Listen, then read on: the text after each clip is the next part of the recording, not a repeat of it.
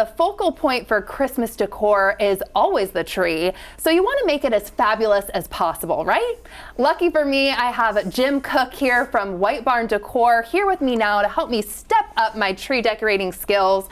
Welcome back to New Day. Thanks for having me back. Yes, so walk me through some tips that you would have for a tree, and what theme are we doing today, right? This is fabulous. So we decided with the trend of Wicked right now, and the big trend of the season is bows, which is one of those things that I'm seeing across board in weddings, floral, and home design. I kind of decided, I was like, let's take it up a notch. Let's show people how they can take their tree up in an affordable way, which is very fun. That. Yes. So the first tip I have is always start with your biggest focal point. So on this tree are these amazing bows. I know you have that even for the topper, which is incredible. Yeah, well, I feel like Glinda would have a bow as the top of her tree. Yes. She has to overpower everybody in that moment.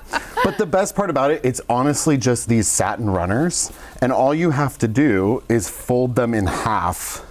When you fold them up, and then you just pinch in the center. Oh, wow. And you're going to get an easy bow. Obviously, I thought that was going to take you, like, we were going to be here, because I'm like, that looks just so luxurious. Yeah, and then you could just pop it wherever you want, fluff your edges, and you got a big Glinda bow for your tree. I love that. I love how you paired, you know, some green and the pink. Just a lot is going on in such a beautiful way. Well, I think the fun part about Christmas trees is more when it comes to Christmas trees, and that's the thing that I absolutely love about them. But the other part too that I kind of tell people when they're doing a big theme, or I'm working with businesses or homes or that, they say, well, I want a Wicked theme.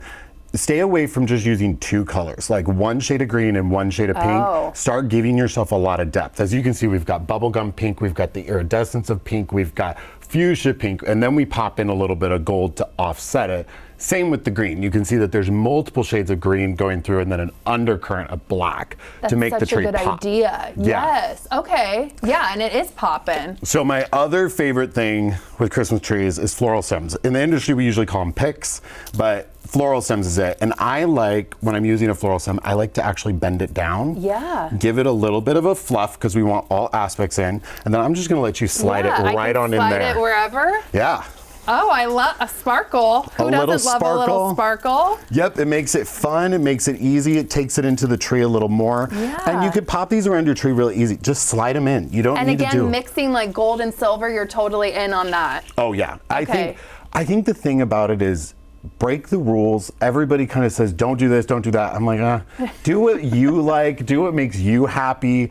That's the best part about Christmas, is I tell people when it starts to get gray in Washington, decorate the inside of your house, light up the tree, get everything glowing. And if you saw this every day, come on, people. I mean, I'm like smiling so big right now just looking at this tree. It's like pure happiness. So cute. Yes, and it's one of those things too, is that I always tell people, pull the expensive ornaments to the edge of your tree. Go ahead and invest in really good shatterproof ornaments, especially with parents that have little kids in that. Shatterproof ornaments look incredible. These are shatterproof. You can drop them. They're not going to go anywhere.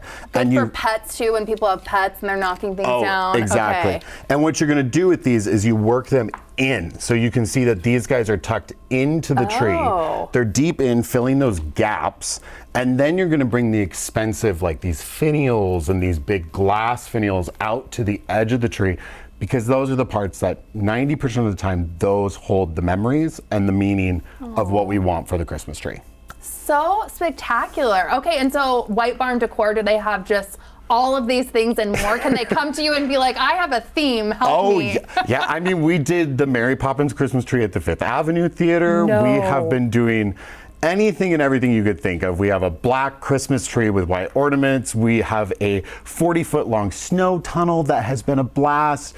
But my favorite thing is taking a little bit of a wacky theme and then making it into something that people go, I would have never thought in a million years this would go together, but it does. I know, and how do you come up with the, like, is your brain just always like working? Like, I just don't, I mean, Wicked, like you said, it's in the news, but how do you come up with these themes? To be honest, a lot of it is what just makes me happy. So as I'm working through the tree and that, if something's feeling weird, I'm always like, let's take it off and start again. And I'm never afraid of trying something and then saying, you know what, that didn't work. And I tell that to my clients all the time. I'm like, try it. If you want to do a bow, right, and you don't like it, guess what? You just got a nice little runner that you could throw the middle of your tree.